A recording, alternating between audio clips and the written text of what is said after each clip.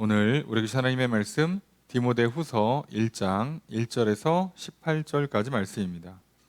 한 절씩 교독하겠습니다. 하나님의 뜻으로 말미암아 그리스도 예수 안에 있는 생명의 약속대로 그리스도 예수의 사도된 바울은 사랑하는 아들 디모데에게 편지하는 하나님 아버지와 그리스도 예수 우리 주께로부터 긍휼과 은혜와 평강이 내게 있을지어로다.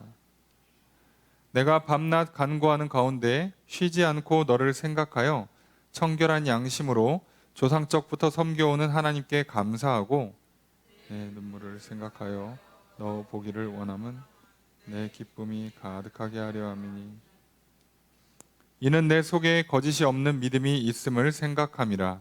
이 믿음은 먼저 내 외조모 로이스와 내 어머니 유니게 속에 있더니 내 속에도 있는 줄을 확신하노라.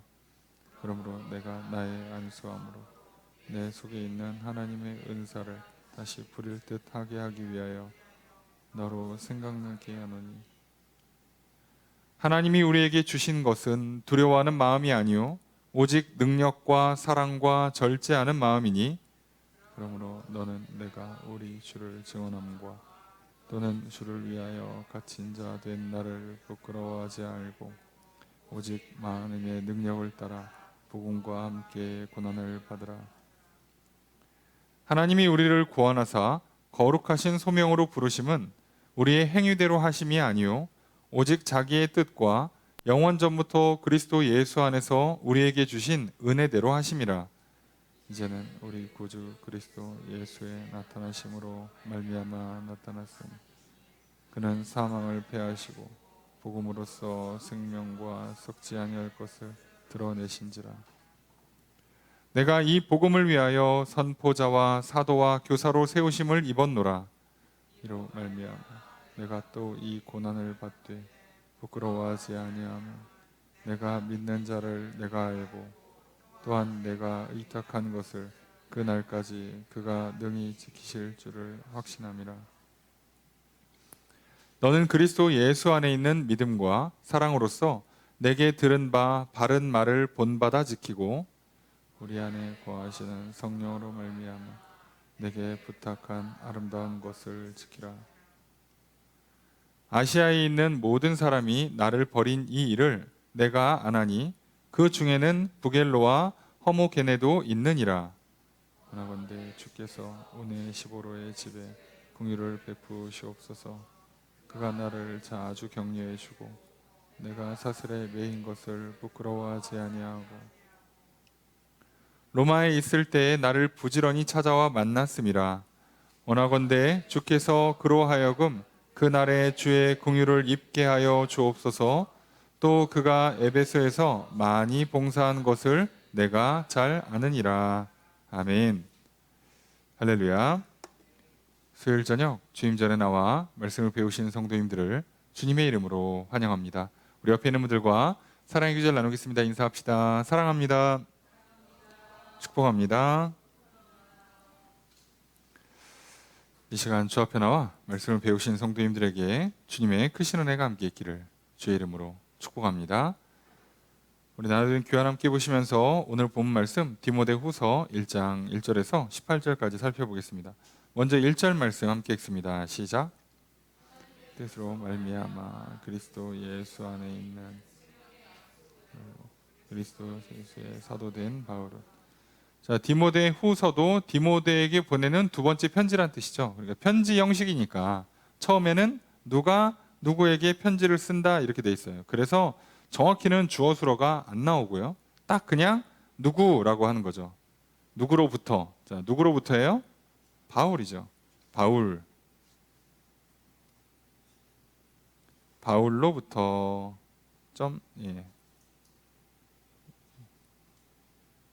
from 바울 이렇게 하는 거죠. 근데 바울이 수식어를 붙여요. 바울이 쓴 서신에서 수식어를 붙으면 보통은 그냥 간단하게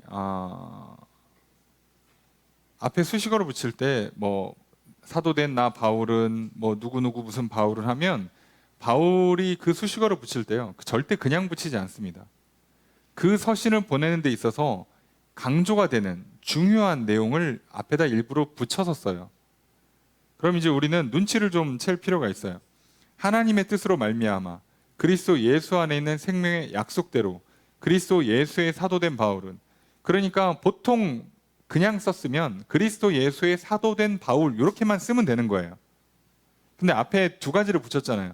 하나님의 뜻으로 말미암아 그리스도 예수 안에 있는 생명의 약속을 따라, 이렇게 두 개를 붙여서 더 썼습니다. 자, 그러니까 지금 바울과 디모데 사이에서 특별히 바울이 디모데에게 뭔가 지금 권면을 하고 부탁을 하고 하겠죠. 격려를 해주고. 자, 거기서 지금 중요한 키워드가 뭐겠어요? 하나님의 뜻, 예수 안에 있는 생명의 약속. 이제 뒤에는 이게 이제 생명의 복음, 말씀이 되는 거죠. 예수 그리스도 안에 있는 생명의 약속, 십자가의 복음, 우리가 보통 말하는 그냥 통칭 복음. 그래서 예수 그리스도 안에서 구원받고 생명을 얻고 하나님의 뜻을 따라서 사도가 됐다는 얘기예요. 이게 왜 중요하냐? 이게 디모데에게도 적용되고 자기로부터 시작돼서 디모데에게 흘러서 계속 이게 흘러가줘야 돼요. 소위 복음이 전파되고 사도권이 계승된다는 표현이 좀 이상하지만 목회자들이 계속 이렇게 이어져서 사역을 할 수 있게 만들어주는 근거가 두 가지입니다. 그리고 이 표현은 자주 나와요. 그래서 중요하게 강조하는 게 하나님의 뜻과 그리스도 예수 안에 있는 생명의 약속이라는 표현이 중요한 내용을 담고 있다라는 정도만 눈치를 채고 읽으시면 됩니다. 2절의 첫 번째 문장 있습니다. 시작.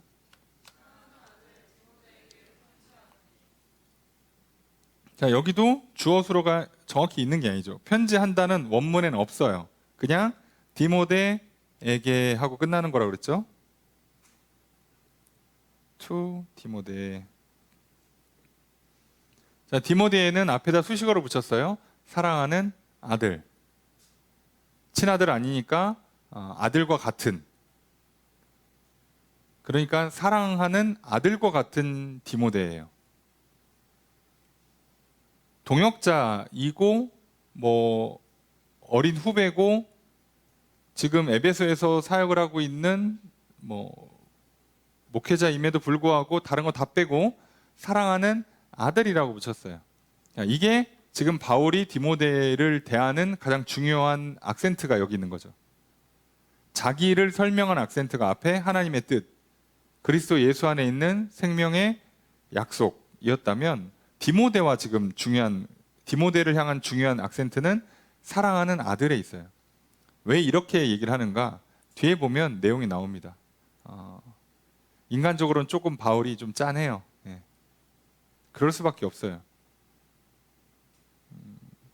그럼에도 불구하고 우리가 바울이 어떤 삶을 살았고 어떤 생각, 어떤 마음가짐으로 살 수 있었고 그것이 과연 예수님께서 구원해 주시고 새로운 삶을 살게 생명을 주시고 그 안에서 주셨던 믿음, 그 안에 주셨던 사랑이 실제로 어떻게 구현되는가를 보면 사람이 저게 가능하구나, 저런 삶이 실제로 가능하구나를 볼 수 있게 돼요.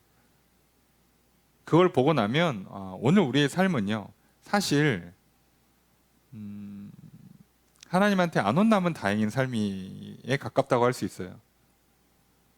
바울이 살았던 삶은 사실 이게 인간이 갖고 있는 도덕, 정신력으로 할 수 있는 수준을 넘어가고 있거든요.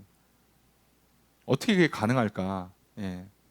그래서 앞에 하나님의 뜻, 예수 그리스도 안에 있는 생명의 약속, 그리고 그 안에서 지금 만나고 있는 아들과 같은 존재인 디모데와 사랑의 관계, 동역의 관계. 자, 이게 있어야 사람이 사는 거예요. 그러니까 이 핵심을 잘 보시면 하나님의 뜻으로 우리가 창조되고 선택받고 구원받는 거고요.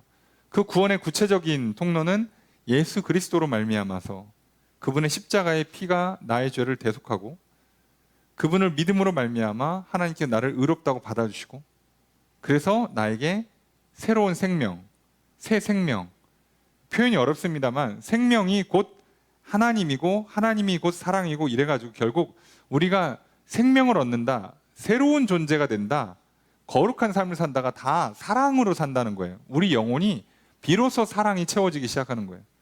다시 얘기하면 비로소 세상 사랑 말고 비로소 나라는 존재가 하나님을 사랑할 수 있게 되고 이웃을 사랑하는 존재가 되는 거예요. 그 전까지는 전부 다 세상 사랑이에요. 따지고 보면 다 나를 위해서 개인적이고 이기적인 사랑을 한 거고요.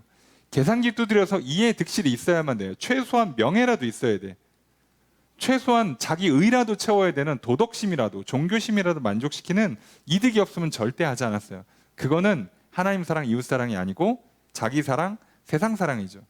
근데 이 존재가 바뀌는 거예요. 처음 그렇게 내 안에 사랑이 들어와서 다시 사랑이 하나님을 향해서 나가는 그 순간 우리는 새 생명을 얻었다, 거듭났다, 다시 태어났다, 새로운 존재가 됐다, 거룩한 삶을 산다라고 표현하는 거예요. 교회를 오랫동안 사람들을 만나고 목회자로서 성도님들을 만나고 많은 사람들을 가르치다 보니까 사람들이 이걸 다 따로따로 구분해서 쓰시는 것 같아요. 생명 얻었는데 사랑은 좀 부족합니다. 말도 안 되는 소리 하지 마세요. 이게 믿음은 좋은데 행함이 약합니다랑 똑같은 실수예요. 믿는 만큼 행하는 거예요. 행함이 적으면 믿음이 적은 거예요. 내가 한계가 있어. 상황의 한계, 육신의 한계가 있어요. 내가 병원에 누워있으면 못하겠지. 그런 경우를 제외한다면 제약이 없는 상태에서는요, 내 행동하는 만큼의 믿음의 양이라고 보셔도 거의 틀리지 않아요. 그러니까 우리가 생명을 얻는다, 사랑의 존재가 된다, 다시 태어났다, 거룩하게 산다는 건 전부 다 하나님 사랑, 이웃 사랑으로 사는 겁니다. 자, 그러니까 넌 예수 믿고 사는데 별로 사랑이 없는 것 같은데 지금 그냥 예수 믿고 하나님 만난 수준에서 멈춰 있는 거예요. 진짜 표현하면 그냥 갓난아기, 유모차 타고 다니는 수준이에요. 말도 못해. 그래서 아직 뭐를 못한 거예요? 아이가 할 수 있는 사실 부모에게 제일 큰 기쁨을 줄 수 있는 사랑해요, 엄마, 아빠라고 부르고, 심지어 조금만 더 좋아지면 사랑해요라고까지 할 수 있는데 거기까지도 아직 못 간 거예요. 그러면 이제 우리는 뭐 해야 돼요? 예수 믿고 구원받았으니까 됐다, 이게 아니라 겸손히 걸음마부터 배워야죠. 주는 거 잘 먹고 잘 자고 때 쓰는 거 받아줄 때 빨리빨리 클 생각을 해야지. 이때다 그러고 들어놓기 시작하면 이제부터 좀 골치 아파져요. 왜 그러냐? 인큐베이터에 계속 누워있으면 살아서 천국을 들어간다는 걸 확증하기 굉장히 어려워집니다. 어려워져요. 이때부터는 조심하셔야 돼요. 그래서 무조건 빨리 최선을 다해서 여기서 성장을 해야 되죠. 물론 성장의 근원은 하나님이시니까 무조건 베풀어 주시니까 걱정하지 마시고, 이거를 항상 기억하셔야 돼요. 이렇게 관계가 맺어지는 거구나. 이 강조점이 왜 이렇게 많이 반복될까를 잘 보시면서 바울이 지금 의도하는 게 뭔가 오늘 우리는 이 디모데후서를 살펴보려고 그래요. 자, 2절에 두 번째 문장 있습니다. 시작.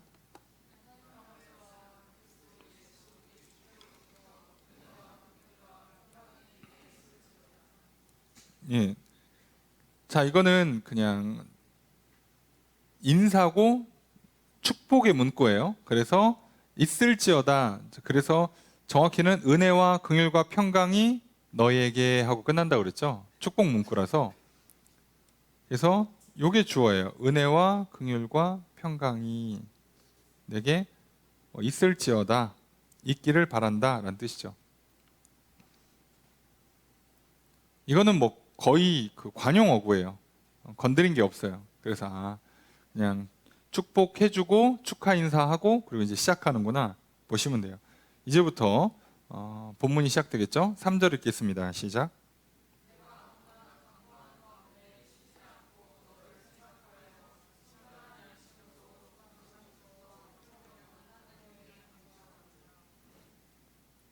주어수로가 어떻게 될까요? 내가 감사한다죠. 감사한다. 그죠? 하나님께.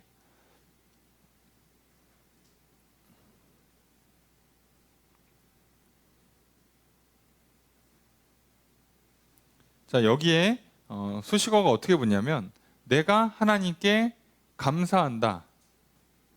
직역하면 내가 하나님께 감사 또는 감사하는 마음을 갖고 있다는 뜻이에요. 그럼 그 하나님은 어떤 하나님이냐?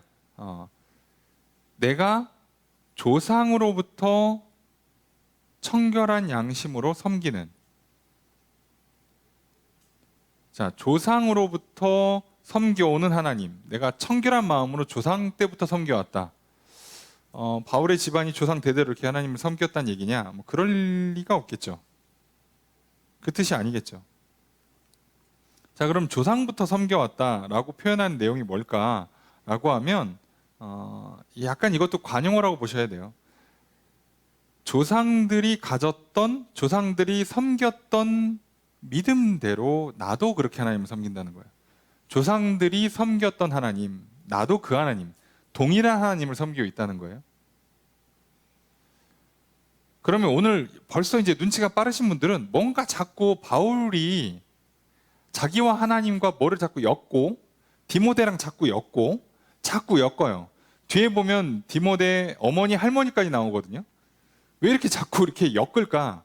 자, 지금 엮고 있다는 얘기는 무슨 얘기냐면, 지금 바울과 디모데 사이에서 지금 강조하고 싶은 내용 중에 하나가 뭐냐면 이어진다예요. 이어진다.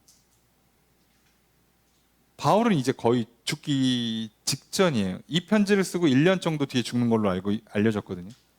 본인도 알아요. 이제 곧 죽는다는 걸. 그러니까 자기의 어떤 사도직, 자기의 어떤 복음 전파의 사명이 누구한테? 디모데한테 이어지길 바래요. 내가 받았던 그 은혜, 내가 가르쳤던 그 가르친 내용들이 전달되길 원한다고. 지금 죽기 전에 스승님이 제자한테 전수하고 싶은 거예요. 그러니까 자꾸 이 마음이 있다 보니까 뭐만 얘기하면 자꾸 이렇게 뭔가 연속적인 내용들을 자꾸 다뤄줘요. 아니, 하나님을 설명하는데 조상 대대로 믿어왔던 그 하나님을 쓸 필요는 없거든요. 뭐 설마 다른 하나님이겠어? 그렇잖아요. 아니, 다른 하나님일 리가 없잖아요. 그런데도 이걸 쓰는 이유가 여기에 있어요. 자, 그런데 감사를 언제 하냐? 밤낮 쉬지 않고 기도할 때. 바울은 밤낮 쉬지 않고 기도한다 표현을 해요. 쉬지 않는다는 정말 쉼 없이란 뜻이 아니라 끊김 없이란 뜻이겠죠. 그리고 이것은 아마도 바울이 낮과 저녁 시간에, 그러니까 아침과 저녁에 규칙적으로 기도를 했을 확률이 높다고 보는 거예요. 항상 이런 표현이 나오는 거 보니까. 그러니까 바울은 아침 기도랑 저녁 기도가 있었던 걸로 보는 거예요. 그리고 그 기도를 안 빼먹었다는 뜻이죠. 그때마다 감사를 하는 거예요. 디모데를 생각하면서.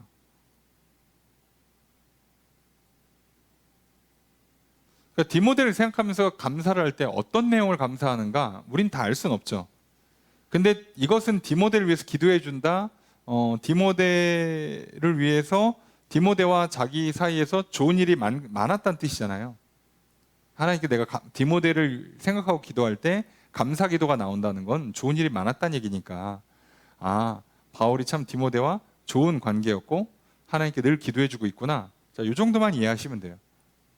근데 우리는 이제 맥락상 눈치를 채는 거죠. 뭔가 지금 이어짐, 계속 흐르는, 대를 거듭해서 이어지기를 바라는 마음이 지금 계속 담겨 있다는 걸 눈치를 챌 수 있죠.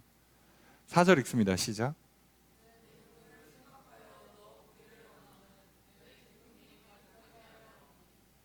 주어수로 어떻게 될까요? 네? 그저 내가 원한다예요. 앞에 내가가 이어지는 겁니다. 3절에서 이어지는 거라 내가 주어고 서술어는 원한다예요. 원한다.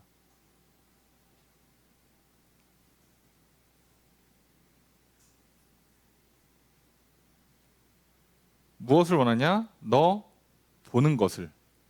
여기서 본다는 건 직접 눈으로 본다는 얘기라서 너가 바울이 있는 쪽으로 와야 돼요. 그럼 이 편지는 목적이 뭐예요? 나 죽기 얼마 안 남았으니까 할 수 있으면 와서 죽기 전에 좀 봤으면 좋겠다 해요. 실제로 봤는지는 확인이 안 돼요. 자, 편지가 이렇게 나간 겁니다. 그런데 이걸 보고 싶은 이유가 뭐냐면 너의 눈물이 생각났다는 거예요. 그러면 디모데가 울었다는 얘기잖아요. 바울 앞에서. 이거 언젠가를 좀 봐야 되는데 사도행전 20장 37절에 크게 울며 바울의 목을 안고 입을 맞추고, 자, 바울이 에베소 교회를 떠날 때 거기에 있는 장로, 성도들, 그리고 거기에서 남겨져서 이제 그 지역을 책임져야 되는 디모데까지 전부 다 어떻게 했다는 얘기죠? 울면서 바울을 끌어안고 이제 작별 인사, 입 맞추는 작별 인사를 한 거예요. 그게 현재까지 바울 입장에서는 디모데를 본 마지막 장면인 거죠. 그런데 나는 곧 죽을 것 같고, 그러니까 어떻게 해요? 그 장면을 생각하니까 죽기 전에 좀 봤으면 좋겠다, 이렇게 되는 거예요. 다른 사람은 몰라도 너는 좀 와서 얼굴을 직접 봤으면 좋겠다. 그러니까 바울이 진짜 디모데를 아들처럼 생각하고 있어요. 야, 내가 죽기 전에 보고 싶은 사람이 디모데라니 어떤 관계인지 아시겠죠? 그래서 뭐 하고 싶다는 거예요? 내 기쁨이 충만하고 싶다. 내가 죽기 전에 너를 보면, 우리식으로 표현하면 내가 여한이 없다, 한이 없다라고 표현하는 것처럼 죽기 전에 너를 보고 싶다는 거예요. 마지막 헤어질 때 그 울면서 헤어지는 게 너무 기억에 남아있는 거죠. 진짜 사랑의 관계, 정말 믿음 안에서 마치 부모 자녀처럼 참된 동역자로서 이런 사랑의 관계를 맺고 있었던 거예요. 오랫동안 떨어져 있음에도 불구하고 그랬던 거죠. 5절의 첫 번째 문장 있습니다. 시작.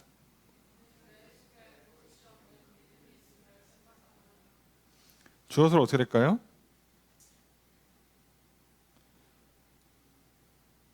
내가 생각한다예요. 이게 좀 번역이 살짝 매끄럽지 못한데요. 내가 생각한다. 자, 생각한다고 번역하면 한국에서는 조금 의미가 덜 살아요. 자, 여기서 생각한다고 번역하는 게 아니라 정확히는 직역을 할게요. 직역을 하면 취한다, 붙잡는다요. 영어로 take로 번역하는 단어입니다. 취한다요, 취한다. 붙잡는다.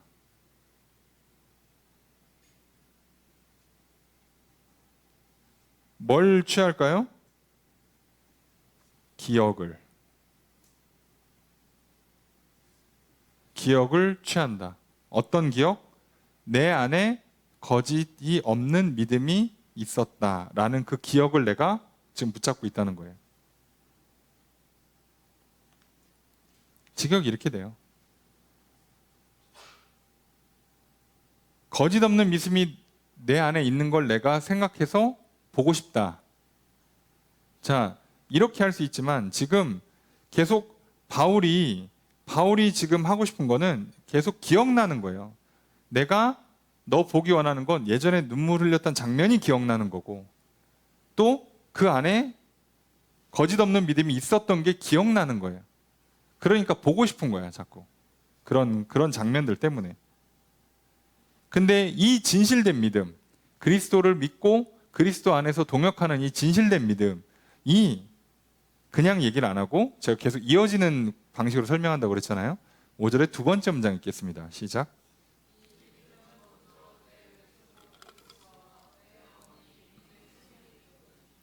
주어서 어떻게 될까요? 이 믿음은 있었다. 어디에? 할머니예요. 자, 할머니 로이스, 어머니 유니게. 외조모라고 한 거는 어머니의 어머니라서 외할머니가 되는 거예요. 그래서 외할머니로 보는 거고. 자, 로이스와 유니게. 자, 이 사람들이 기본적으로는 다 유대교에 있었겠죠. 기본은 유대교에 있었겠죠. 유대교에서 디모데한테 유대교 신앙을 전수했던 유대교 집안이었는데, 로이스랑 유니게가 먼저 바울을 만나서 복음을 전파를 받아요. 그리고 이제 집에 가서 자기 아들 디모데한테도 복음을 전해요. 그리고 그것을 잘 지키고 있는 거예요. 그래서 지금 바울은 무슨 말을 하고 싶은 거냐? 믿음이라는 게 너랑 나랑 직접 받았다. 자, 이렇게 설명하고 싶은 게 아니라 자꾸 조상으로부터, 부모로부터, 조상으로부터 뭐가 자꾸 전수돼서 오고 있는 거예요. 그 얘기를 하는 겁니다. 그래서 5절의 세 번째 문장 있습니다. 시작. 주어서로 어떻게 할까요? 내가 확신한다죠. 확신한다. 뭐를? 그 믿음이 디모데 너 안에도 있다는 걸. 이 얘기를 이렇게 어렵게 하냐? 서로 알죠. 예. 믿음 있는 걸 왜 모르겠어. 근데 이 얘기를 합니다. 나는 조상 대대로 섬겨오던 바로 그 하나님을 믿고 섬기고 있고, 너는 할머니부터 시작된 그 믿음을, 그 복음에 대한 믿음을 갖고 있고. 이 얘기를 왜 하냐? 이제 우리가 뭐 할 차례가 된 거예요? 다음 세대에게 전수할 차례가 된 거예요. 그 얘기를 하고 싶은 겁니다. 그리고 이건 굉장히 중요한 내용을 하나 담고 있죠. 믿음은 나 혼자 받고 끝나는 걸 하나님이 절대 원하지 않으시겠죠. 바울도 그걸 알고요. 디모데도 알아요. 그래서 바울이 디모데한테 알아듣게 쓰고요. 이걸 읽고 있는 우리들도 알아들어야 돼요. 아, 복음은 하나님께서 나를 종착지가 아니라 나를 통로로 쓰시는구나. 그래서 나를 통해서 이제 내 옆에 있는 가족, 친척, 친구, 동료, 선배, 후배, 지역사회에 있는 사람들한테 복음이 전해지길 원하시는구나. 이거를 우리가 오해하고 그냥 난 복음 들었으니까 나 하나 잘 믿고 천국까지 이러는 순간 우리는요, 뭐가 날아가는 거예요? 하나님의 뜻에 따르지 않는 것. 새 우리는 벌써 걸리는 거예요. 생명력은 계속 움직이고 흘러가야만 되는 거죠. 우리가 자꾸 나에서 멈추려고 그래요. 그래서 성경은 항상 이거를 얘기하잖아요. 하나님과 우리 사이의 관계도 절대 일방적으로 맺질 않아요. 하나님도 먼저 손 내밀고 손 잡으면 그때 다음 단계를 이뤄가세요. 막 멱살 잡고 끌고 가시고 이렇게도 안 하고요. 툭 던져놓고 네가 알아서 해 이렇게도 안 하십니다. 관계성이 굉장히 중요해요. 그래서 성경은 늘 얘기하잖아요. 제가 받는 자보다 주는 자가 복이 있다고. 근데 원리적으로 생각해보면 뭘 주려면 내가 사실 받아야 될 거 아니에요. 인간이 홀몸으로 태어난단 말이죠. 적신으로 태어나요. 아무것도 안 갖고 태어나는데 그런 인간이 뭘 주려면 나도 뭘 받아야 되잖아요. 그런데도 불구하고 주는 자가 받는 자보다 복이 있다고 얘기를 해요. 이게 성경의 기본 메커니즘입니다. 근데 우리는 이걸 항상 반대로 쓰잖아요. 그래서 우리는 어떻게 해요? 많이 받고 덜 주고 이게 이득이다 라고 계산을 하죠. 계산은 맞아요. 당연히 계산은 그렇게 하는 게 맞죠. 수학적으로는 그게 맞는 계산이에요. 그런데 하나님은 그게 아니라고 얘기합니다. 왜요? 하나님 나라의 법칙이, 생명의 흐름이, 복음의 관계가 그렇게 맺어져 있질 않아요. 그래서 이 방식, 세상의 방식을 교회에서 가져와서 내가 그렇게 쓰면 나는 하나님 뜻을 반하는 문제가 생기는 거예요. 그래서 이렇게 사는 걸 아직 거룩하지 못하다, 새 생명, 새 삶을 누리지 못한다, 사랑이 충만하지 못하다라고 표현하는 거예요. 그러니 우리가 예수 그리스도 안에서 새 생명을 얻고 새 거룩한 삶을 살고 사랑 충만한 삶을 산다는 건 이제 이게 세상과 반대로 가는 거죠. 세상에서는 많이 받고 조금 주고 싶은데 우리는 우리가 받은 것보다도 더 많이 줄 수 있는, 손해를 기꺼이 감수할 수 있는 사람이 되는 거예요. 절대 나한테 끝나는 게 아니라 내 다음 때에는 더 풍성해질 수 있도록 흘려보내는 거예요. 그래서 한국교회 초기에 잘했던 것 중에 하나가 그 어려운 시절에 아무것도 모르던 시절에 정말 우리 가쓰고 다닐 때 조선시대에 예수 그리스도를 믿었던 사람들이요. 그 유교 사회에 얼마나 힘들었겠어. 제사 문제, 삶의 여러 가지 문화들이 달라서 힘들고 괴로움에도 불구하고 복음을 지켰고 그걸 자녀, 손자들에게 전수했죠. 그래서 믿음이 3대쯤 올 때 우리나라가 어떻게 된 거예요? 6.25 전쟁 끝나고 60년대, 70년대를 맞이할 때요. 그 세대들이 정말 한국 역사에서는 가장 많이 복받은 세대였습니다. 지금도 그 정도의 복을 받는 게 과연 다시 올까 싶을 정도로. 근데 문제는 뭐예요? 그 세대가 많이 받고 안 줬죠. 무슨 뜻인지 아시겠어요? 그래서 교회가, 나라가 이렇게 되는 거예요. 그러면 이제 그 다음 세대를 살아가는, 그 기독교 세대로 따지면 이제 4세대에서 5세대로 넘어가고 있는 우리 시대에 사는 사람들은, 아이고 우리는 별로 받은 게 없으니까 줄 것도 없네요. 아니요. 내가 줄 수 있는 건 최대치로 주는 거예요. 그게 내가 목되고 내 다음 세대는 더 잘 되는 비결이에요. 근데 잘 생각해 보면 우리가 동시대에 몇 세대를 살아요? 최소한 3세대가 같이 삽니다. 그러니까 어차피 그게 내가 살아있는 동안에 복이 와요, 나한테도. 그러니까 무조건 복음을 흘려보내는 겁니다. 제가 믿음이 적은데 뭘 전합니까? 네 믿음은 잘 모르겠고, 전하세요, 복음을. 제가 능력이 부족한데 뭘 섬길 수 있겠습니까? 그 능력치는 잘 모르겠고 할 수 있는 거 최선을 다해 보시라고. 그렇게 해서 복음을 전하고 베풀고 사랑을 전하는 것, 받기보다 주는 걸 더하는 것. 자, 이렇게 가는 거예요. 자, 그리고 그 삶에 이제 어떻게 보면 마지막을 어떻게 마무리하고 싶은가? 바울은 직접 만나고 싶은 거예요. 진짜로 만나는지 안 만나는지를 확인이 안 돼서 좀 그렇긴 한데 직접 만나고 싶은 거예요. 바울이 정확하죠. 곧 간다. 예. 크리스찬들이 갖고 있는 복 중에 하나예요. 죽을 때를 압니다. 그러니까 무슨 뜻이에요? 살아있을 때 제대로 살아요. 괜히 쓸데없이 죽음을 두려워 그러지 않아요. 이거는 힘든 거지 죽는 게 아니구나. 이제 내가 죽을 때가 됐구나. 쓸데없는 걱정하지 말자. 정확히 알고 살아요. 세상 사람들은 정반대지, 그죠? 죽을 줄 모르고 평안을 누리다가 혹은 하루아침에 무너지기도 하고요. 그래서 정말 다른 삶을 살 수밖에 없어요. 크리스찬과 세상 사람들은 아예 삶의 결이 달라요. 그걸 그렇게 성경이 얘기하고 있는데도 오늘날 교회가 그걸 어떻게든 비슷하게 맞춰보려고 애를 쓰는 게 참 안타깝습니다, 목사로서. 왜 이러지? 바본가? 왜 이렇게 명품을 막 그냥 어디 동네 브랜드랑 막 섞어서 콜라보를 하고 있나? 섞일 게 아니에요, 심지어. 자, 그래서 이렇게 하면서 5절까지 하면서 인사가 끝나요.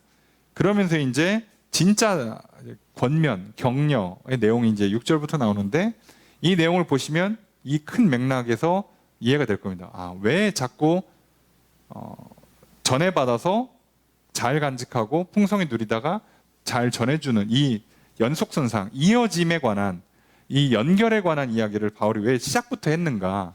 당연히 그 얘기를 본론에서 하겠죠. 6절 읽습니다. 시작.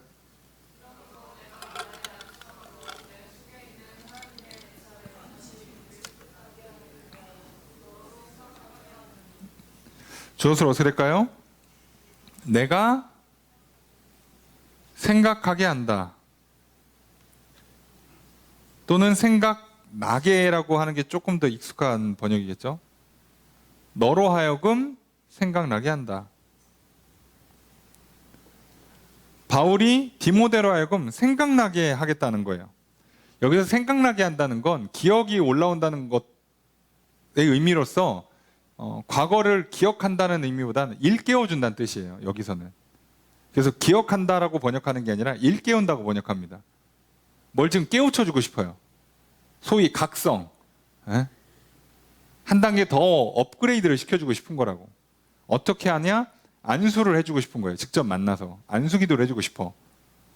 그래서 뭘 하냐? 왜 굳이 안수기도를 하느냐? 하나님의 은사를 다시 부릴 듯하게 하고 싶다. 디모데 안에 있는 은사가 다시 불타오르게 하도록 내가 안수기도하면서 좀 도와주고 싶다는 거예요. 자, 내용 계속 보겠습니다. 7절 읽습니다. 시작.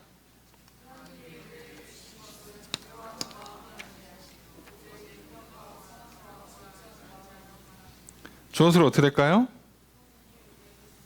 하나님이 우리에게 주신 것은 뭐다?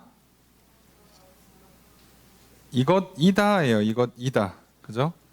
자, 아니다, 이다라고 했는데, 마음이라고 번역하는 거는 저는 개인적으로는 받아들일 수가 없습니다.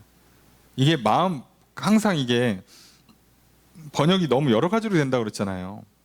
그래서 이제 사람들이 이제 이것 때문에 헷갈리는데, 자, 요 내용을 볼 때 이 마음을 의라고 번역을 하면 능력, 사랑, 절제가 이게 과연 마음의 문제냐? 그러면 앞에 능력은 마음이 아니잖아. 능력은 빼고 사랑과 절제하는 마음만 붙여야 되는 거냐? 이게 더 웃기잖아요. 왜요? 앞에 두려워하는 마음이 아니고 뭐뭐 하는 마음이다. 이렇게 돼 있어요. 원문을 직접을 해도 뭐뭐 아니고, 그 영어 아시죠? 나데이 벗비. 자, 이렇게 돼 있는 거거든요. 딱 그렇게 만들어 놨어요. 그리고 뒤에는 마음도 안 써놔요. 왜? 앞에 거가 아니고 뒤에 거다 이러니까. 그러면 그 앞에 거의 번역을 마음으로 할 거냐, 영으로 할 거냐에 따라서 해석이 확 바뀌는데, 영으로 하면 말이 맞잖아요. 능력의 영, 사랑의 영, 절제하는 영. 근데 능력의 마음이 어딨어? 그러니까 저는 이거 번역할 때 이상하다. 이거 약간 번역을 하는 사람들이 갖고 있는 신학적인 배경이 조금 너무 인간적이지 않나? 인간의 어떤 그 결단, 인간의 어떤 태도를 강조하고 싶은 거 아닌가? 여러분, 마음을 굳게 먹으십시오. 마음을 굳게 먹을 건데 왜 안수를 합니까? 불러다가. 생각만 해보세요. 이게 과연 논리적으로 이해가 안 될까? 그분들이 그렇게 멍청해서 저 같은 사람이 이상하다 느낄 정도의 번역을 하는 게 아니라, 저분들은 똑똑하신 분들이에요. 확실히 알고 있어. 왜? 이건 사람이 힘을 내고 결단하는 거라고. 그렇게 생각을 하니까, 그런 신학적인 신학을 갖고 있으니까 자꾸 번역을 이렇게 하시는 것 같아요. 예. 모르겠습니다. 저는 그렇게 배우지도 않았고, 예, 이해할 수도 없고, 성경에서 지금 헬라어에서 푸뉴마를, 바울이 푸뉴마를요, 생각과 마음으로 쓰는 경우는 굉장히 적어요. 대부분 영어로 써요. 심지어 바울이 대부분 영어로 쓰고 어쩌다 마음으로 쓰는데 굳이 이걸 일부러, 그리고 하나님 우리한테 마음을 주신답니까? 그리고 성경 어디에 그런 약속이 있어요? 성령을 준다고 돼 있지 마음을 준다고 돼 있습니까? 그렇잖아요. 영을 준다고 그랬죠. 그 성령 받아서 열매로 이런 마음이 오는 거잖아요. 사랑과 희락과 화평과 온유와 자비와 절제와 충성과 오래, 이런 열매들은 성령 받아서 나오는 거잖아요. 그러면 이게 아무래도 그분들의 의도가 있는 것 같아요. 번역이 실수로 보이진 않아요. 이거는 제가 나중에 굉장히 그 어마어마한 권력을 가지면 뜯어 고치든가 아니면 그냥 이렇게 조용히 찌그러져서 이렇게 혼자 이렇게 우리끼리 얘기하든가 할 텐데, 이거는 아닌 것 같아요. 이거 푸뉴마 영어로 합시다. 이렇게 하는 게 어딨어?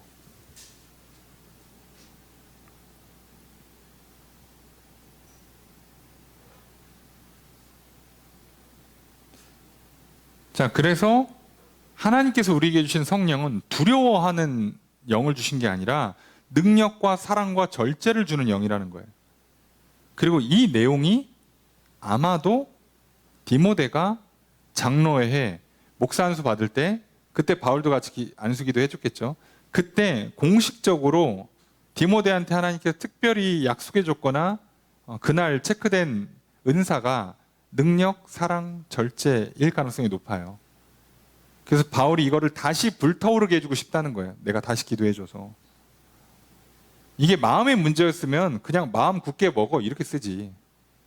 그거 잊으면 안 돼. 너 옛날에 안수 받을 때 너 능력과 사랑과 절제의 영을 받았던 거 꼭 기억하고 다시 이과 깨물고 두 주먹 불 끈지고 힘을 내도록 해. 이렇게 썼겠죠. 근데 그게 아니라 와서 내가 안수기도 다시 해줄게. 진짜 마지막 떠나기 전에 뭘 전수해 주는 것처럼 그렇게 하잖아요. 지금 그렇게 하고 싶다는 얘기예요. 자, 이건 굉장히 중요합니다. 왜요? 자, 우리가 어떤 영을 받느냐의 싸움이잖아요. 근데 왜 이런 얘기를 할까? 디모데가요, 에베소 사역이 쉽지 않았다고 알려져 있어요. 그럴 수밖에 없죠. 그 쉬운 동네 아니에요, 에베소 자체가. 그러니까 이게 간단한 문제가 아닌 겁니다. 간단한 문제가. 그래서 많이 지쳤을 거예요. 걱정, 근심, 두려움이 왔겠죠. 그거에 대해서 바울이 뭐라고요? 하나님이 너한테 준 성령은 그런 게 아니잖아. 그러라고 하신 게 아니잖아. 그 얘기를 하는 겁니다. 능력을 주고 사랑을 주고 절제를 주는 거니까 너 다시 힘을 내자. 이 얘기예요. 자, 8절 읽습니다. 시작.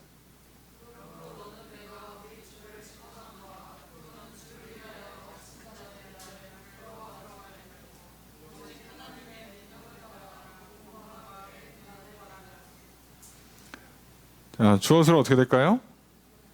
너는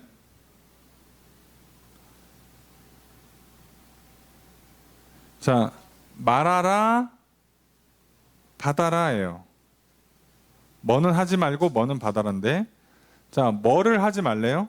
두 가지죠. 뭐를 하지 마라?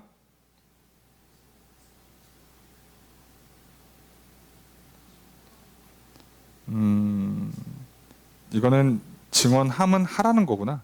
예.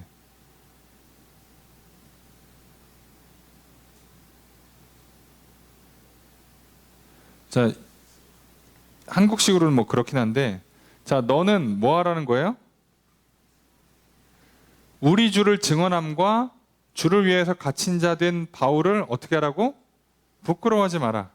예. 자, 지금 우리 주를 증언하는 것, 이게 뭐 어렵게 할 것 없이 복음이잖아요.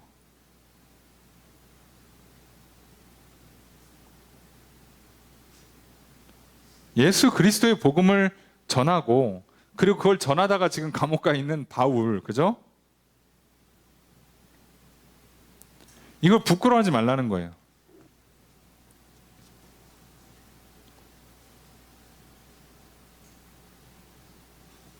우리도 생각해 보면 복음을 전하는 것 자체는 어떻게 할 수 있어요, 그죠? 그냥 할 수 있는데, 문제는 뭐야? 복음을 전했는데 쉽게 얘기하면 목회자가 또는 선교사님이 헌신적으로 복음 전하고 참 이렇게 잘했는데, 뭐 우리가 볼 때는 건강하고 그렇게 뭐 먹고 사는 거 어렵지 않고 자식들 잘 되고 뭐 이러면 괜찮은데, 여러분 예수 믿고 참 복 받습니다 이러면 좋은데, 어려움 당해, 괴로움 당해, 그럼 우리가 말하기가 좀 어려우잖아요. 예수 믿었더니 감옥을 가셨는데 어떡하지? 이게 말할 때 약간 담대함이 안 생기는 거예요. 그래서 거기에 대해서 디모데가 그럴 걸 바울이 너무 잘 알아요. 그러니까 나 부끄러워하지 마. 괜찮아. 감옥에도 갈 수 있는 거야. 나오면 되지. 거기 감옥에서 복음 전하면 되지. 감옥에서 천국을 누리면 되지. 자, 그러니까 상관없는 거야. 담대히 전해. 그래서 이거를 담대히 전하고, 그러면서 뭐 하라는 거예요? 그래서 하나님의 능력을 따라서 복음을 전하면서 고난을 받으라는 거예요. 복음을 전하는데 고난이 따라올 때가 있어요. 그럼 우리는 그때는 말을 안 하고 싶단 말이야. 자, 그때 그냥 하고 고난을 당하라는 거예요. 무슨 얘기냐면, 고난을 피하면 복음을 잘 못 전해요. 이건 목회를 해보니까 제가 정확히 알 것 같아요. 복음을 제대로 전하잖아요. 그러면요, 경우에 따라 사람들이 싫어하는 경우가 정말 많이 나옵니다. 듣기 싫은 말이거든. 세상의 계산 방식이 아니라고 그랬잖아요. 세상에서는 많이 받고 조금 주고 싶은데, 교회에서 목회자가 그거 하나님 뜻이 아닙니다, 조금 받더라도 많이 주시는 겁니다, 그게 사랑입니다, 이렇게 가르치니 보복하지 마세요, 원수 갚지 마세요, 하나님께 맡기세요. 자, 이러니까 이 사람들이 싫어한단 말이에요. 그래서 사람들한테 미움받기가 쉬워요. 사람들은 다들 돈 많이 벌고 싶죠. 유명해지고 싶지, 인기 많고 싶지, 관심 받고 싶지, 예쁘고 잘생겨지고 싶지, 명품 가방 두르고 싶지, 집 사고 차 사고 돈 자랑하고 싶은데, 그거 하지 말라고 그러니까, 그런 거 하면 안 된다고, 오히려 죄라고, 세상 사랑하면 하나님 사랑 같이 못 간다고, 돈 사랑하는 게 막 죄의 뿌리라고, 이러니까 다 싫어하죠. 그러니까 이 싫어하는 거를 맞서서 고난 받을 각오를 하지 않으면 제대로 못 전하는 거예요. 그럴 수밖에 없죠. 오늘날 교회에서 설교할 때 그런 얘기들을 잘 안 하는 거예요. 여러분, 지금 미국 교회는요, 교단 내에서 분열이 나고 있어요. 동성애 문제 때문에. 어느 교회는 동성애는 죄입니다라고 얘기를 하고 어느 교회는 아닙니다라고 해요. 근데 문제는 그 교단, 그 교회들의 총 책임지고 있는 쪽에서는 동성애 지지. 아, 동성애가 왜 죄냐? 그거는 저기 유전자적인 문제다. 또는 개인의 인권이다, 취향이다. 인정해라. 그때 교회들이, 목회자와 성도들이 성경에 써 있는 대로 그거 아닙니다라고 했을 때 무슨 불이익이 오겠어요? 교회가 뺏겨요. 건물이 개인 게 아니잖아요. 교단 거잖아요. 교단이 뭐라고 그러겠어? 야, 우리는 전체 계산에서 20%만 줄 거야. 나가. 그럼 생각해보세요. 그 교회 대부분 다 성도들이요. 거기서 다 헌금하고 다 수고하고 헌신해서 세운 땅이고 교회 건물인데 그거에 대해서 뭐만 받고 나가라고? 20%만 받고 나가라는 거예요. 그래서 어떡합니까? 이걸 포기 못하는 진리를, 복음을 전하겠다고 진리를 소개하겠다고 하는 목회자와 성도들은요, 나가요. 그래서 지금 미국 교회 장난 아닙니다. 그것 때문에 혼란이 생겨서. 사람들이 맨날 싸우잖아요. 아니, 동성애 하는 것도 취향이면 동성애자한테 그렇게 그 케이크 안 팔고 주례 안 해주는 것도 취향으로 하고 그냥 서로 좋게 넘어가야지 왜 이쪽은 불법이냐고. 맞는 얘기인데도 불구하고 그렇지가 않아요. 여러분, 시간상 다 설명 못 드립니다만 한번 이데올로기에 갇히면 나만 옳고 우리 진영 밖엔 다 틀렸기 때문에 계도의 대상 아니면 적이에요. 타도의 대상이 되는 거라서 그래서 이게 같이 못 갑니다. 이데올로기에는 사랑이 있을 수가 없어요. 속지 마세요, 여러분. 이게 참 안타깝지만 그럽니다. 그래서 복음을 받는 거예요. 그리고 고난도 받는 겁니다. 둘이 같이 가는 거예요. 그렇잖아요. 머리 깨지지 않고 공부하는 방법이 있을까? 극소수의 천재들은 가능할지 모르겠지만 세상의 천재들도 학문적인 성취를 낼 때는 힘들다고 그래요. 땀 흘리지 않고 수고하지 않고 운동이 될까? 일이 될까요? 근데 왜 우리는 복음을 전하는 데 있어서 고난을 피하려고 하냐고. 그런 건 없어요. 속으시면 안 돼요. 그냥 맞서 싸우는 겁니다. 부딪히는 거예요. 당연한 걸 얘기하고 있는 당연한 걸. 근데 사람인지라 계속 하다 보면 자꾸 이렇게 움츠러들고 두렵고 막 겁먹고 하기 마련이니까. 그래서 어떻게 하는 거예요? 그래서 우리가 교회에서 같이 기도하기도 하고 서로 격려해주고 힘내라고 해주고 도와주는 이유가 그거예요. 왜요? 사람이니까. 혼자서 부딪히다 보면 자꾸 약해지니까. 성령을 받아야 되는데 기도도 안 하게 되니까 자꾸 지쳐가지고. 그래서 사람들이 그걸 도와주는 거잖아요. 자, 그 작업을 지금 바울이 해주겠다는 거예요. 디모데한테. 9절의 첫 번째 문장 읽습니다. 시작.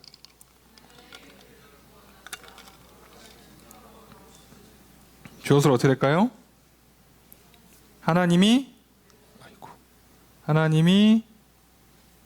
구원하셨다, 부르셨다예요.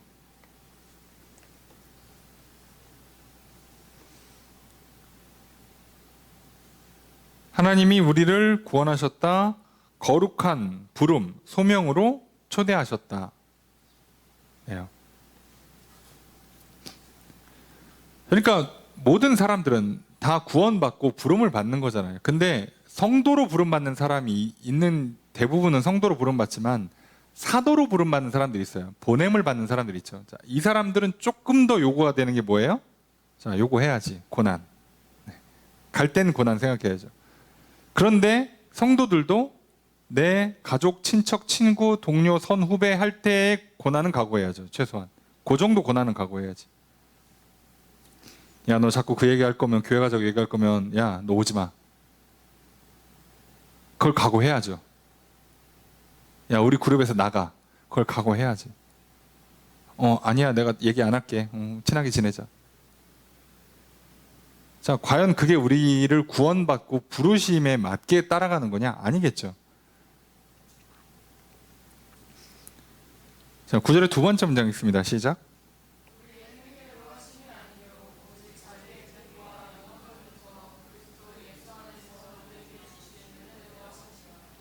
자, 주어 수로가 어떻게 될까요? 네? 네? 하나님이 있어요? 자, 여기 안 나오죠, 주어가. 주어가 뭘 것 같아요?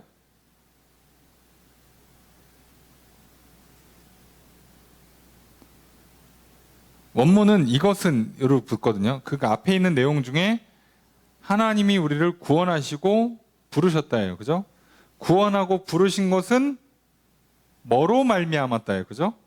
뭐로 은혜대로 뭐뭐대로 하셨다. 뭐뭐로 하신 것이다. 뭐뭐대로 하신 것이다. 뭐는 자, 구원과 부르심.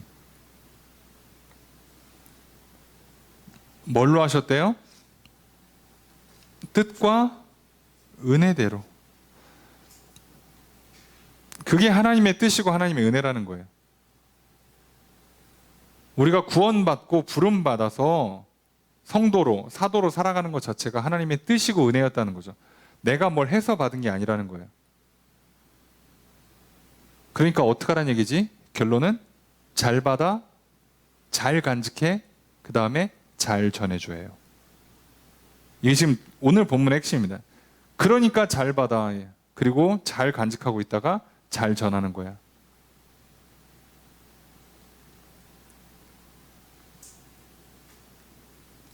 자, 10절의 첫 번째 문장 있습니다. 시작.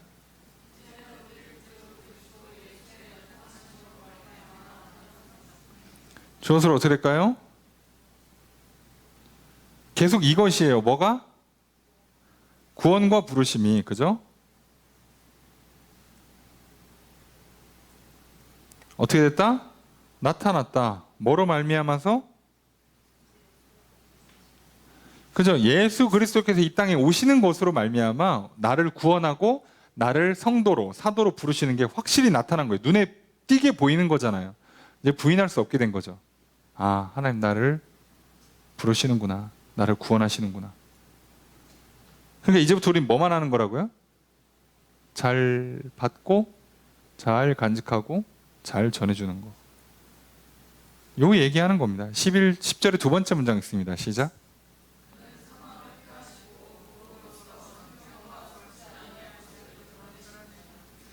자, 주어서로 어떻게 될까요? 그는 누구죠? 앞에 나온 예수 그리스도십니다. 자, 뭐 하셨다? 패하셨다? 드러내셨다. 뭐를 패하셨어요? 사망을. 뭘 드러내세요? 생명과 썩지 아니할 것. 근데 이거 결국 같은 말이거든요. 생명과 영원한 것. 영원한 생명. 그냥 이죠. 영생. 사망을 패하고 영생을 드러내신 거예요. 예수님 이 땅에 오셔서. 자, 우리는 그 내용이 뭐예요? 그 내용이 우리가 말하는 복음이고 그 내용을 듣고 믿어서 구원받고 생명을 얻는 거잖아요.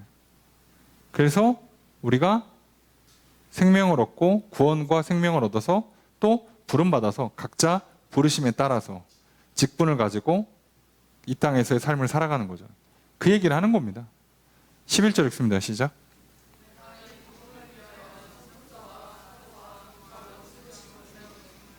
주어서로 어떻게 할까요?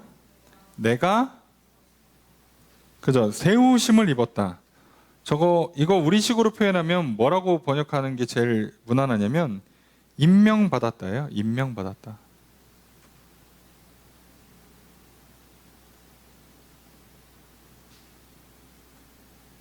임명받았다. 뭐로? 선포자, 사도, 교사. 자, 선포자라고 하니까 좀 뭐한데 이거 사자예요, 사자. 전령이라고 그러죠. 전령. 메신저. 네.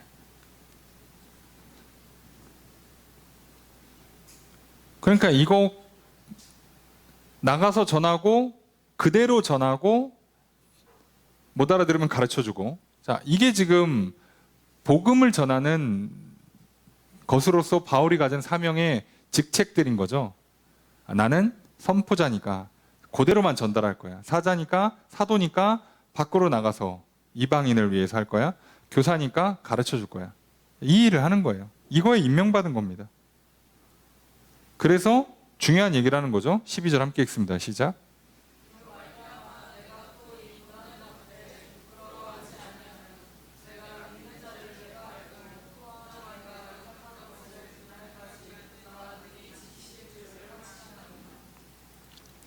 자, 주어서 어떻게 할까요? 내가 받는다예요. 그 다음에 부끄러워하지 않아요.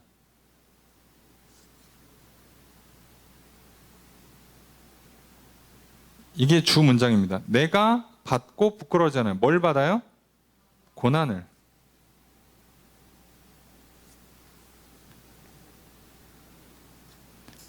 바울이 지금 디모데한테 권면하잖아요. 자, 복음을 담대히 증언하고 그리고 복음과 함께 고난을 받아라.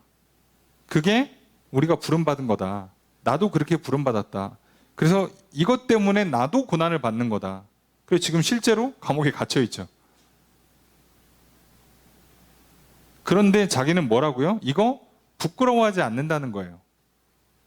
그럼 왜 부끄러워하지 않느냐? 내가 믿는 자를 내가 알고 내가 누구를 믿는지 아는 거예요. 내가 믿는 건 하나님. 그 하나님은 나를 창조하셨고 나를 구원하시기 위해서 예수 그리스도를 보내기까지 하셨던 분이에요. 그런 분이라면 내가 시키는 거 하다가 감옥 가도 괜찮아요. 쪽팔린 게 아니에요. 내가 예수 그리스도의 말씀대로 살아요. 복음대로 살아. 그랬더니 똑같은 일을 하고 똑같은 돈을 벌었는데 하나님 위해서 또 하나님 사랑, 이웃 사랑을 위해서 물질을 쓰고 이렇게 쓰다 보니까 같은 직장에서 같은 봉급을 받음에도 불구하고 저 사람들은 가끔씩 이렇게 뭐 명품도 하나 사고 뭐 어디 해외로 여행도 가는데 나는 못해. 근데 그게 나한테는 쪽팔리지가 않는 거예요. 이래야 진짜죠, 이래야. 근데 바울은 지금 그러고 있는 거야. 안 쪽팔려. 왜? 저분이 시킨 걸 내가 그대로 했고 그러다가 이런 일을 겪었고 저분이 괜찮다고 하는 거잖아요. 지금 나에 대한 평가가 누구로부터 오느냐를 정확히 알고 있는 거예요. 여러분 생각해 보세요. 내가 그림을 하나 그렸어. 뭐 피카소야. 뭐 대충 이렇게 S자 한 3개 그렸어. 아무도 못 알아봐. 옆에는 친구들이 다 놀려요. 그게 무슨 그림이냐고. 야, 너 진짜 선생님한테 혼난다고 막 난리가 났어. 그런데 갑자기 우리나라에 권위 있는 미술가가 오더니 이 사람은 저기 천재인 것 같다고. 저기 우리 대학에 입학시켜주고 이거 작품 이거 전시해야겠다고.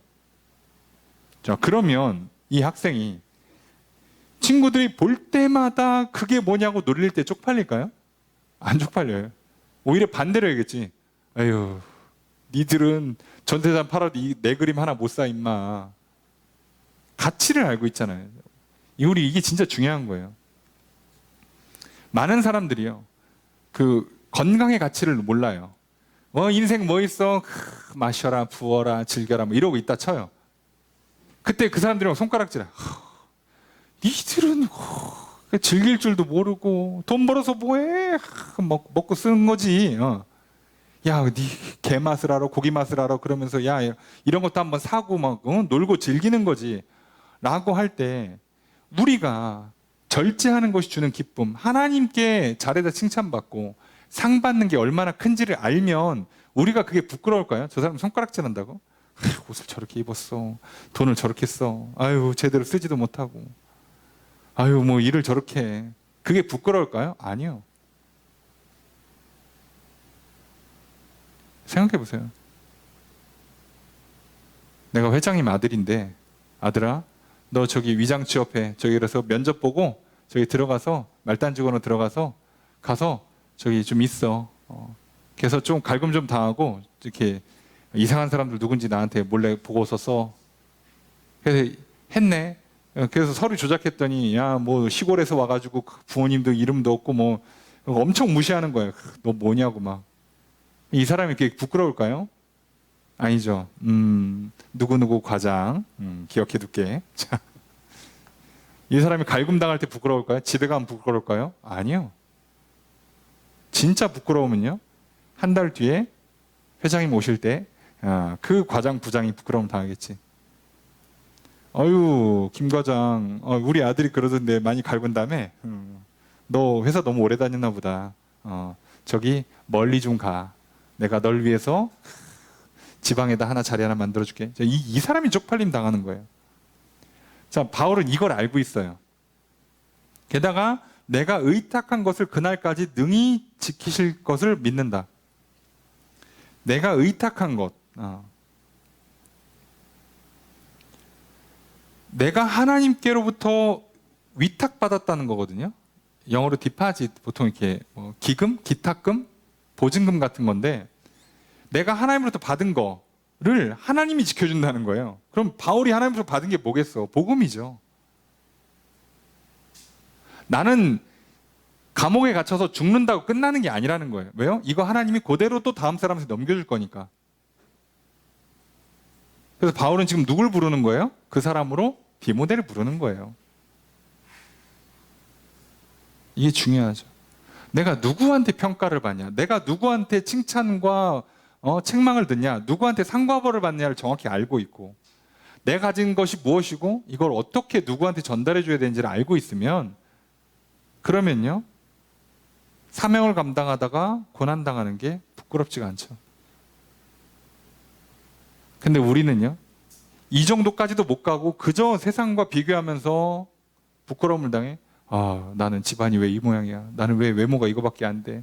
나는 왜 능력이 이거밖에 안 돼? 나는 돈도 없고, 나는 저렇게 좋은 것도 못 입고 못 먹고 집도 별로고. 이 수준이면요, 거의 갓난애기예요, 영적으로. 하나님 그렇게 살려고 우리를 구원해 준 게 아니에요. 빨리 자라서 걸음마에서 마음껏 뛰어다니라고 살려줬는데 계속 누워있으면 어떡하냐고. 시간은 지나가잖아요. 생명이라니까 이거 지금 다. 얼마나 귀한 거야. 이걸 이렇게 날려? 저 사람들이 나중에 쪽팔림 당하는데, 저 사람들이 지금 겉으로 보여지는 것들이 비교당해서 내가 부끄럽다고 스스로? 이건 진짜 못난 거죠. 내가 회장님 아들인데, 부장님이 차가 그랜저야. 부럽습니까 그게? 나 이거 한 달 지나면 회장님이 저기 지사 하나 발령해주면 법인카로 그냥 외제차 탈 것 같은데, 이게 부러워요? 그럼 이 사람 바본 거잖아요. 내가 지금 위장 취업하느라고 회장님이, 야, 너 저기 자전거 타고 출퇴근해. 너 걸어 다녀. 지하철 타. 이랬으면 내가 지금 한 달 동안 그러고 다닌다고 해서 쪽팔리냐고. 아니죠. 오늘 우리 여기 놓치시면 안 돼요. 속지 마십시오. 그래서 바울이 지금 디모데를 격려하는 겁니다. 속지 마라. 흔들리지 마라. 디모데가 좀 약간 사람이 착해. 약간 소가리하는 스타일이에요. 무슨 뜻인지 아시죠? 일을 막 열정적으로 하면 스트레스를 풀어야 되는데 끙끙 앓아. 맨날 위장병 걸리고, 소화불량 걸리고 막, 그런 스타일이에요. 약해 좀. 근데 그래서 더 바울이 격려해 주는 것도 있죠. 13절 읽습니다. 시작.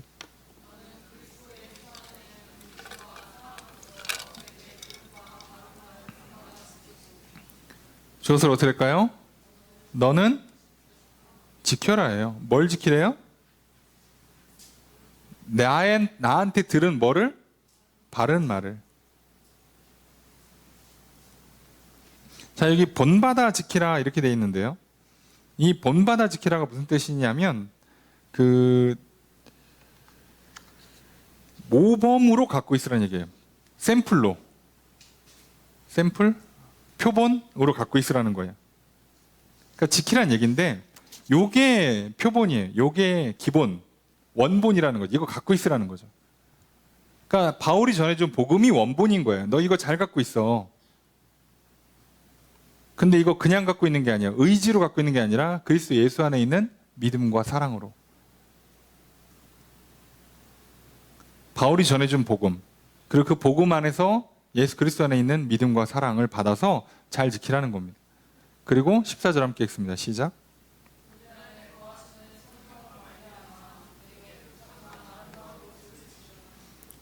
저것을 어떻게 할까요?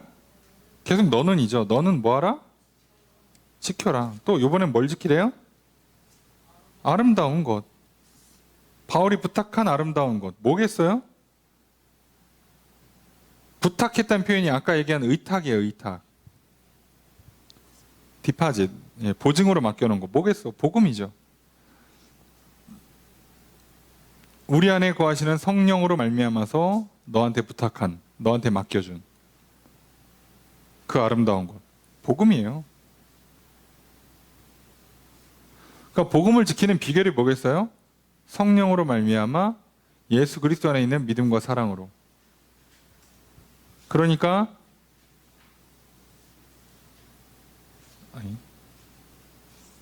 자, 예수 그리스도에서 믿음, 사랑, 성령님은 나중에 나오겠지만 예, 능력, 여기 이제 앞에 표현을 하면 절제죠. 요런 거 가지고 복음을 전하래요. 복음을 지키라는 거죠, 지금. 잘 갖고 있어. 제대로 담대히 전해. 그리고 내가 너한테 전수하면 너도 다음 사람한테 전수해. 이제 이렇게 되는 거예요. 이어지는 거죠. 이어지는 거. 15절 읽습니다. 시작.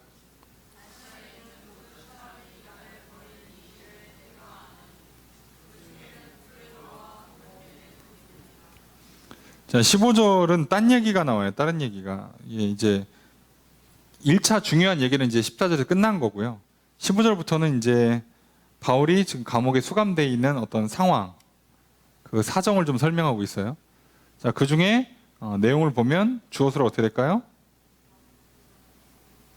너가 내가 안다요. 너도 알고 있다는 거예요. 뭐를 알아요? 아시아에 있는 모든 사람이 나를 버렸어. 왜 갑자기? 아시아가 얼마나 넓은 지역이에요. 보통 우리가 소아시아라고 부르는 이 지역이 지금으로 치면 이 이탈리아 로마에 지금 갇혀 있고 조금 동쪽으로 오면 그리스잖아요. 조금 더 동쪽으로 오면 터키 되는 거잖아요.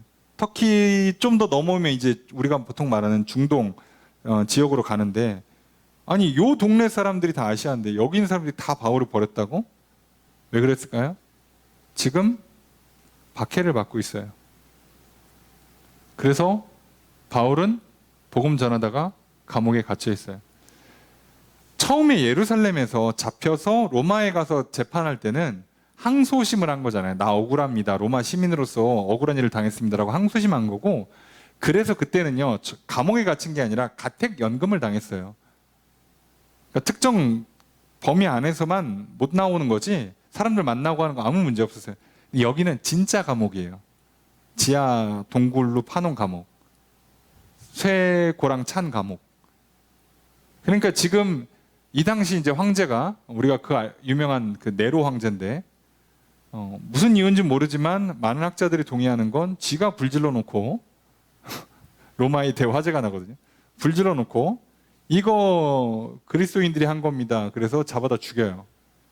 자, 이게 약간 정치적인 퍼포먼스로 많이 해석을 하는데 뭐 구체적인 건 내용은 빼고, 아니 그래서 지금 그리스도인들이 다 잡혀요. 감옥에 가거나 진짜 사자밥되거나 화형당하거나. 그러면 바울 편에 쓰면 바울을 위해서 이제 몇 가지 해석이 되는데, 이게 버렸다는 게 도대체 구체적으로 뭐냐, 뭘 버린 거냐. 그러면 그 바울이 체포당하니까 그러면 바울을 위해서 뭐 변호할 수 있도록 변호사도 보내주고, 뭐 먹는 문제를 좀 해결할 수 있도록 돈도 좀 보내주고 해야 되는데 이런 거를 거절한 걸 수도 있고요. 또는 바울이 재판할 때 증인으로 서는 걸 거절할 수도 있어요. 요 정도로 파악을 해요. 왜요? 이거 하면 자기도 잡혀요. 이건 진짜 상황이 어려운 거예요. 예, 만만치 않은 상황입니다. 자, 그래서 사람들이 다 떠났어요. 예. 자, 그런데 그 중에 부겔로랑 허모게네가 있다. 이 두 사람이 도망갔다는 얘기가 아니라 이 두 사람이 아마도 리더였겠죠. 이 일에서 주동자였겠지. 바울 이제 들어가면 못 나올 것 같아. 야, 바울 꺼내려다가 우리 다 죽어. 하지 말자. 이랬던 것 같아요. 자, 그러니 바울 입장에서는 상처죠. 복음을 전했고, 그래서 교회를 세웠고, 그래서 세워진 리더십 중에 몇몇 사람들이 자기 살겠다고 나를 버린 거잖아요. 자기는 목숨 걸고 복음을 전해왔더니. 자, 그런데 참 그럼에도 불구하고 끝이 아니죠. 16절 함께 읽습니다. 시작.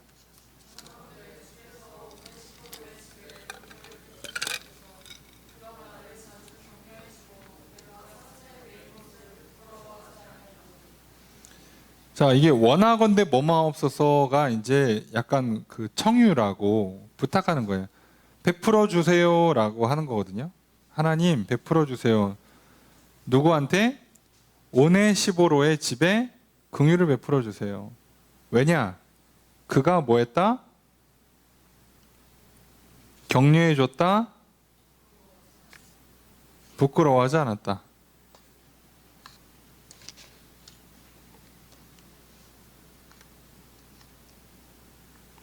오네시보로 집안 사람들을 긍휼을 베풀어 달라고 기도를 합니다. 왜냐? 그가 나를 격려해 줬다. 여기서 격려는요, 말로 격려한 게 아니라 직역하면 상쾌하게 한다. 원기를 북돋아 준다는 거예요. 살아나게 한다. 살맛나게 해준다는 거예요. 그리고 내가 사슬에 매여 있는 걸 부끄러워하지 않았어요. 그러니까 자기도 어떤 의미에서는 고생할 각오하고 자칫하면 자기도 잡혀 들어가거든요. 바울의 지인인 것처럼 도와주는 것도 가능하지만 잘못하면 엮여 들어가면 자기도 감옥 가잖아요. 그런데도 기꺼이 했단 말이에요. 자, 그러면 참 여기서 우리는 특이한 장면을 보잖아요. 바울을 놓고 모든 사람들이 바울을 지지해 준 게 아니라 심지어 바울의 최측근 중에서도 배신자가 나와요. 이 배신은 무조건 나쁘다고 욕할 수만은 없겠지만 나쁜 거죠, 바울 입장에서는. 그래서 입장을 바꿔놨을 때 이 두 사람들, 요 앞에 있는 이 두 사람들이 만약에 감옥에 갇혔다, 그럼 바울은 법정에 섰을 거란 말이죠. 근데 반대로 이 사람들은 안 했단 말이에요. 자, 그럼 우리가 인간적으로 얼마나 실망이 돼요. 상처받고 배신감 느끼고, 그죠? 그러면 에이, 내가 다신 하나 봐라 이럴 것 같은데, 두 명을 필두로 해서 많은 사람들이, 아시아 쪽에 있는 거의 모든 교회들이 다 바울을 거절했어요. 손절을 했단 말이에요.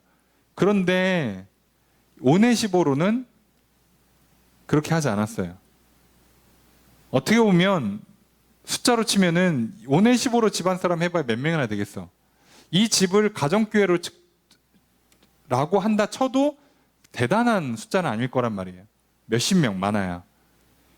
그러니까 뭐 교회들 다 합쳐서 뭐 몇십 교회 몇백 명, 몇천 명 되는 사람들은 약간 배신을 하고 몇 명 또는 몇십 명 정도가 자기 편에 붙었는데 바울은 그걸로 감사합니다.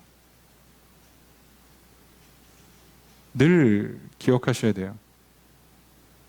상처받은 거, 힘든 거, 어려운 거, 없는 거, 부족한 게 항상 커 보이죠. 근데 바울은 단 한 번도 그렇게 하지 않았어요. 바울은 내게 있는 그 작은 것을 감사히 받아요. 그래서 만족할 줄 알아요. 그러니까 더 놀라운 건 만족이 돼요. 누구는 그렇게 표현하죠. 만족하는 비결은 그릇을 작게 만들면 된다고. 네. 그런 거예요. 뭐 맛있게 밥 먹는 비결은 굶으면 돼요. 네. 똑같죠. 낮아지면 되고, 자기를 작게 여기면, 겸손하면 많이 받을 수 있어요. 위로를, 격려를. 바울은 내가 니들한테 한 게 얼마인데 니들이 나한테 이럴 수 있어. 그렇게 하지 않는 거예요. 한 명이라도 와서 나를 격려해 주는 게 어디야. 이렇게 받아들여요. 근데 이 한 명이 어떻게까지 했냐? 17절 함께 읽습니다. 시작.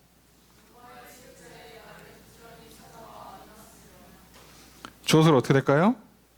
그가 뭐 했다? 찾아서 만났다예요. 아이고. 찾아서 만났다. 그가 나를.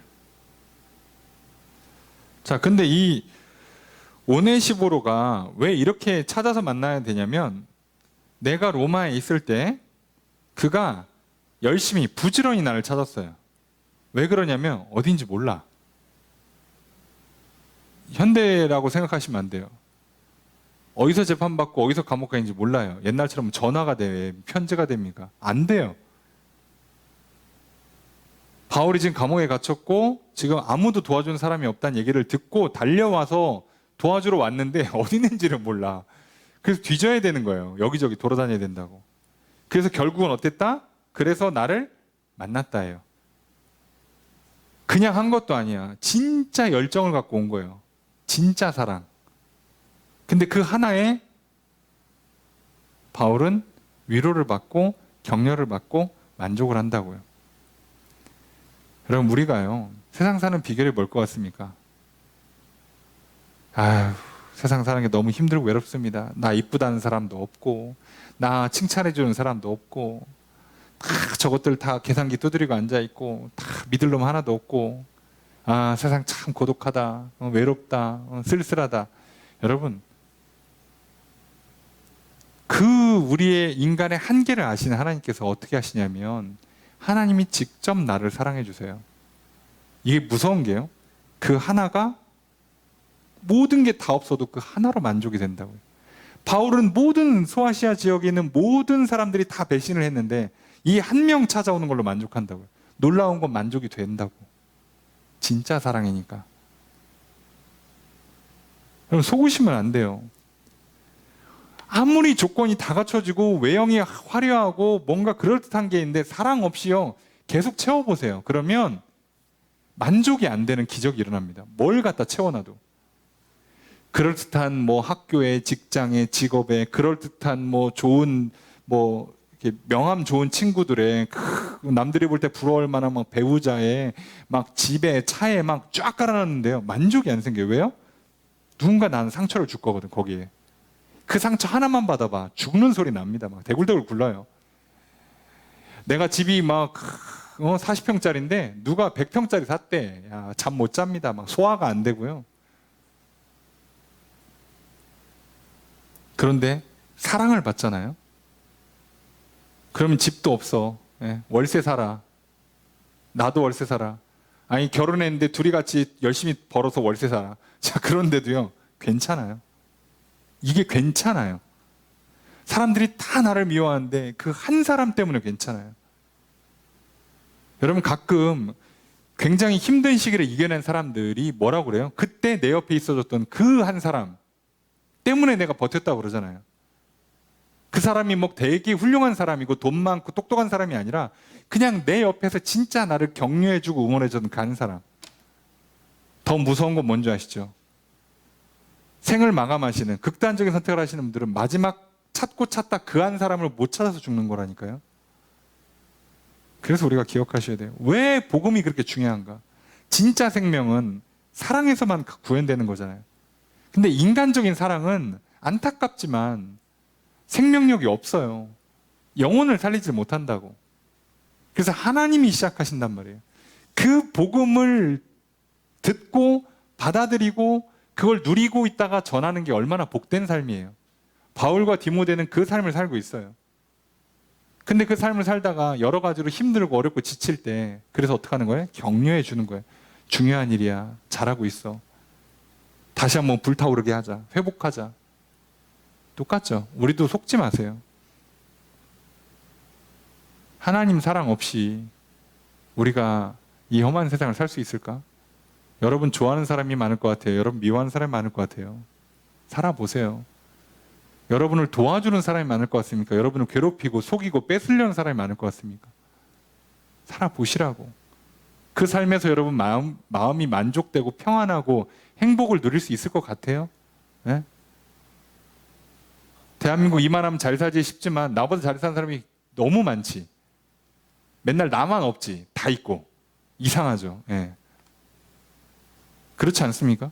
비교해보세요. 끝도 없어. 나만 못생겼지. 나만 못났지.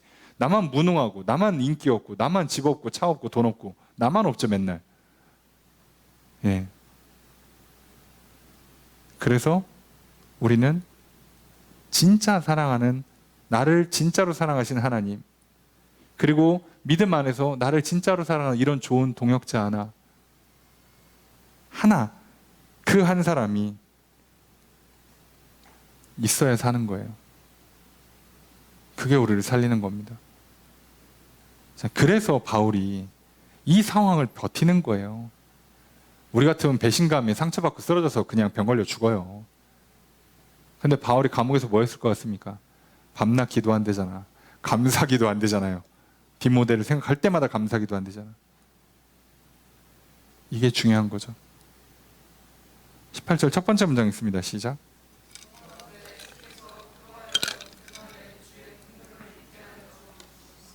주어를 어떻게 될까요?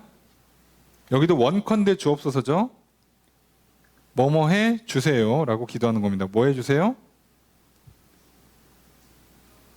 그가 주의 날에 긍휼을 입게 해주세요. 그가, 그 누구죠? 오네시보로. 주의 그날에, 그날이 언제겠어요? 마지막 날입니다. 주의 긍휼은 뭐겠어요? 예. 구원받고 영생을 누리는 거죠. 이걸 기도해요. 전 당연히 제일 좋은 기도를 해주고 있는 거죠. 축복 기도를 해줘요. 자, 그러면서 마지막 18절 두 번째 문장 있습니다. 시작.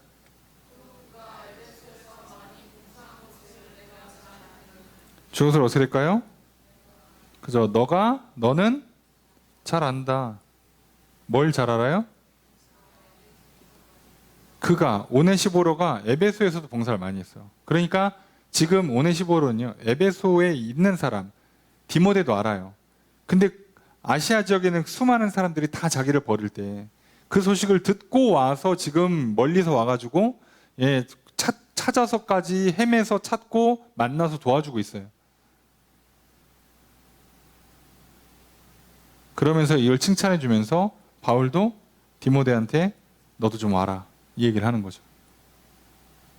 그래서 우리가 이어져 온 그 하나님의 구원, 하나님의 구원과 생명 받았고 그리고 누리고 있고 그 다음에 전해주자예요. 바울 입장에서 이제 내가 너한테 한다는 거죠. 자, 이렇게 하는 겁니다. 자기 사정을 알리면서도 이 흐름을 갖고 있어요. 오늘 본문은요, 가장 기본적인 얘기, 깊이 들어가면 굉장히 많이 다뤄야 되고 어려운 얘기지만 큰 틀에서는요, 하나님께서 우리를 구원하시고 그 뜻과 은혜로 말미암아 구원하시고 그 구원의 복된 소식을 전해주시고 들어서 믿게 하시고 그래서 그걸 누리게 하시다가 그리고 전하게 하신단 말이에요. 바울을 통해서 디모데를 통해서 그 다음 세대로. 그 이어짐이 중요해요. 그렇게 잘 이어졌을 때 만나는 한 사람, 동역자 하나, 섬겨주는 한 사람, 그죠? 그 한 사람이 그 하나의 사랑이 모든 걸 다 뒤집어 엎고 뛰어넘을 만큼 크고 중요해요. 그래서 바울도 지금 다 필요 없고 디모데 한 사람만 잘 세워도 되는 거예요. 다시 성령의 능력이 불타오르게 만들어주고 싶은 거예요. 그 정도로 중요합니다. 한 사람이. 근데 그 한 사람이 자기만 받고 끊어버리면 본인도 거기서 끝나지만 그 사람도 제대로 누릴 확률이 굉장히 낮지만 그 사람을 통해서 다음 사람으로 절대 이어지지가 않죠. 그건 하나님의 뜻이 아니죠. 그렇게 했던 이스라엘을 하나님이 버리셨죠. 우린 그걸 기억해야 합니다. 오늘 잊지 않았으면 좋겠어요. 우리가 갖고 있는 이 배운 그대로, 들은 그대로 이 소중하고 아름다운 것 잘 받으셨으니 잘 지키시되고 잘 전해주시는 저 여러분 되시길 주의 이름으로 축복합니다. 그래서 아무리 세상에서 고난과 시련이 온다 할지라도 담대히 복음과 함께 고통을 마주하시고요. 그 가운데 주신 하나님의 큰 위로와 격려가 있으셔서 어느 상황과 환경이든지 간에 흔들림 없고 기쁘고 감사하고 행복한 삶을 살아가시기를 주의 이름으로 축복합니다. 바울이 늘 고통만 당하진 않았잖아요. 우리 같은 삶에는 그 정도까지 고통이 안 올 확률이 높아요. 걱정하지 마시고 또 하나님께 주시는 많은 상과 칭찬과 복을 누리면서 풍성한 인생, 베푸는 인생 살아가시기를 주의 이름으로 축복합니다. 말씀을 적용해 보겠습니다. 디모데후서는 바울이 디모데에게 보낸 서신입니다. 바울이 예루살렘에서 유대인들에 의해 재판에 넘겨지고 로마로 이송되어 투옥되었다가 석방됩니다. 이후 바울의 행적을 정확하게 파악하기는 어렵습니다. 그러나 성경의 여러 본문과 역사학자들의 기록을 참고해 대략적인 추정이 가능합니다. 바울은 63년경 로마에서 가택 연금이 끝나고 그레데, 골로새, 에베소, 빌립보 지역을 순회합니다. 이 기간에 디모데 전서를 기록합니다. 그리고 바울은 붙잡혀서 다시 로마에 투옥됩니다. 네로 황제의 박해로 인해 67년경 로마에서 투옥된 바울은 지하 감옥에서 사슬에 매여 옥살이를 하고 있습니다. 자신의 죽음이 임박했음을 직감한 바울은 아들처럼 사랑하는 디모데를 만나고자 또한 복음을 전하는 사역을 계승하기 위해 교훈과 권면을 남기고자 편지를 보냅니다. 이렇게 기록된 서신이 디모데 후서입니다. 바울은 디모데의 눈물과 기도를 기억하고 그와 다시 만나기를 간절히 바라고 있습니다. 사역에 지친 디모데를 격려합니다. 바울은 디모데가 장로의 회에서 안수받았을 때 받았던 은사를 다시 부릴 듯 하게 하려 합니다. 하나님께서 디모데에게 능력과 사랑과 절제의 영을 부어주셨습니다. 바울은 성령의 은사로 말미암아 디모데가 두려워하지 않고 담대히 사역을 이루어 나가기를 바랍니다. 하나님께서 거룩한 존재가 되도록 우리를 부르셨습니다. 하나님을 사랑하고 이웃을 사랑하는 존재로 살아가도록 우리를 구원하시고 새롭게 하셨습니다. 이 복음을 전하고 가르치라고 바울과 디모데는 하나님의 부르심을 받았습니다. 복음을 전하며 고난을 받으라는 부르심을 받았습니다. 그렇게 바울은 디모데에게 전해준 바른 말, 부탁한 아름다운 것, 바로 생명과 영생을 가져다 주는 복음을 지키라고 권면합니다. 나의 신앙을 살펴봅시다. 바울은 하나님께서 자신을 부르시고 맡겨주신 사명에 충성하였습니다. 현재 감옥에 투옥된 상황에도 후회 없이, 부끄러움 없이 부르심과 사명에 충성하고 있습니다. 도리어 복음 전파의 사역이 이어지도록 디모데에게 편지를 써서 격려하고 있습니다. 하나님께서 내가 복음을 듣고 사랑의 존재로 거듭나 거룩한 삶을 살아가시기를 바라십니다. 그리스도 안에서 나를 부르시고 나에게 사명을 맡기십니다. 이제 우리는 복음을 지켜야 합니다. 복음을 전해야 합니다. 두려움에 빠지지 않도록 능력을 주시는 성령을 힘입어 복음을 지키고 전합시다. 복음이 나에게서 끊어지지 않게 합시다. 복음을 널리 전파하는 증인의 삶을 삽시다. 사랑과 능력을 더해주시는 성령을 힘입어 살아갑시다. 이렇게 살아가시는 저 여러분 되시기를 주의 이름으로 축복합니다.